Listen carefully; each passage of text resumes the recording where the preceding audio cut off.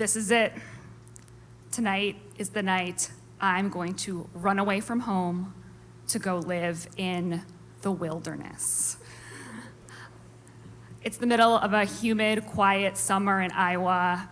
I'm 10 years old, and if you know me at this age, you might be a little bit surprised by my wilderness plans because I'm quite possibly the least rebellious child of all time.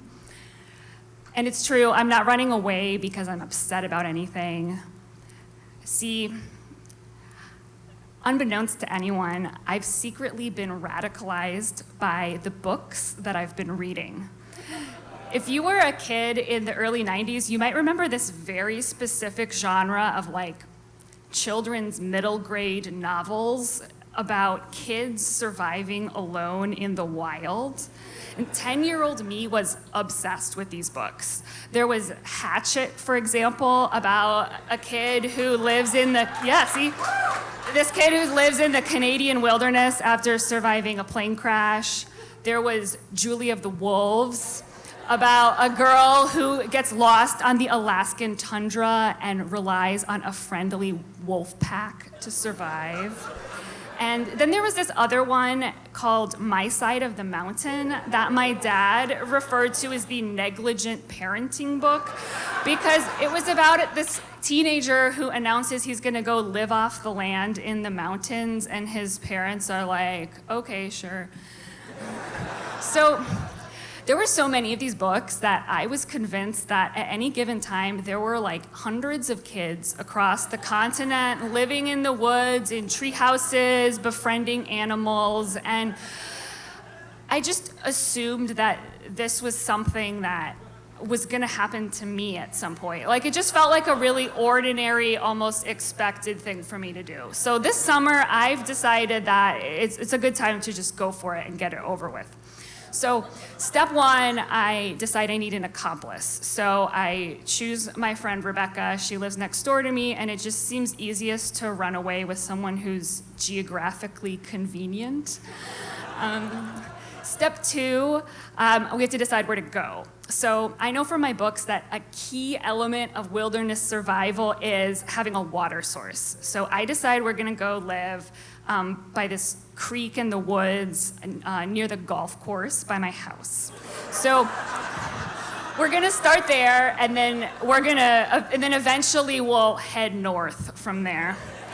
So I then proceed to put Rebecca through a pretty intense training regimen to get ready for this adventure.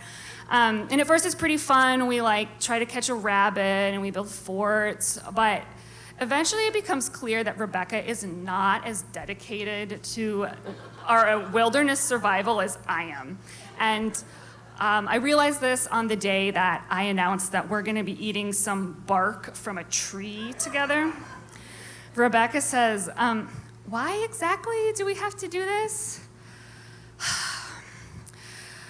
Well, I explain as I'm gnawing on a stick. Obviously, eventually we're gonna learn how to make spears, and we're gonna hunt deer, and we're gonna use that for food. But that's probably gonna take some trial and error, right? In Hatchet, it takes the kid half the book to figure out how to make a fire. So I figure that we'll probably go through this inevitable initial period of starvation where we're just foraging for whatever. So it's really important that we toughen up our digestive systems now to prepare for this. So Rebecca concedes that that's pretty logical. But then she suggests, well, maybe we could also bring some food with us.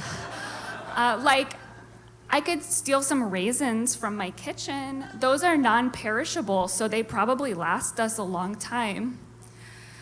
Okay, I say, fine. We can bring some raisins to start. But, clearly Rebecca, doesn't get it. So here I am. It's a quiet night later in the summer. My parents have gone to bed early. And as I'm laying in bed in my nightgown, I'm thinking, maybe I just need to go for it tonight. Maybe instead of just fantasizing about it, it's time for me to really run away. I briefly considered the idea of going to fetch Rebecca, but then I decided in the end she'd probably just slow me down. I mean, Julie of the Wolves didn't need anyone. She just needed the wolves. So, but before I have any time to hesitate, I pull back the covers, I jump out of bed, and I run across the dark living room, and I get to the front door. I stop, I put my shoes on, I think to grab a coat because, I don't know, I might get cold. And then there I am at the front door.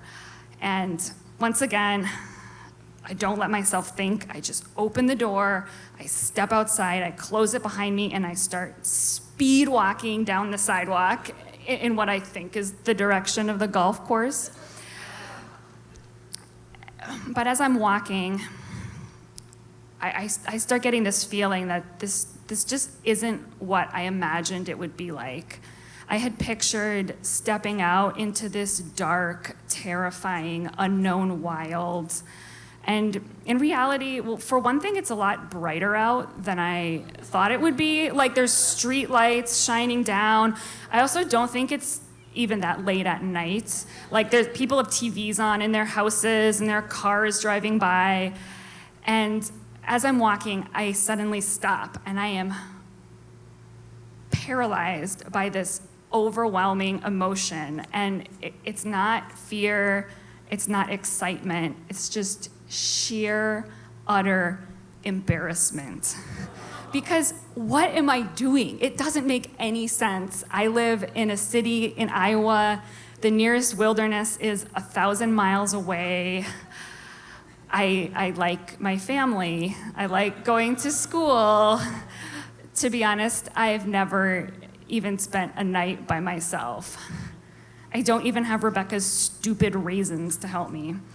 So I turn around, I sprint back down the street, back into my house, close the door, I jump into bed, I pull up the covers. I still have my shoes on and everything. And as I lay there, I look over at my nightstand where I have all my beloved wilderness books.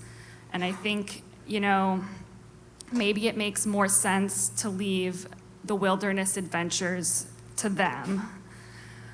Maybe it's time I start thinking of a different adventure for myself. Run away.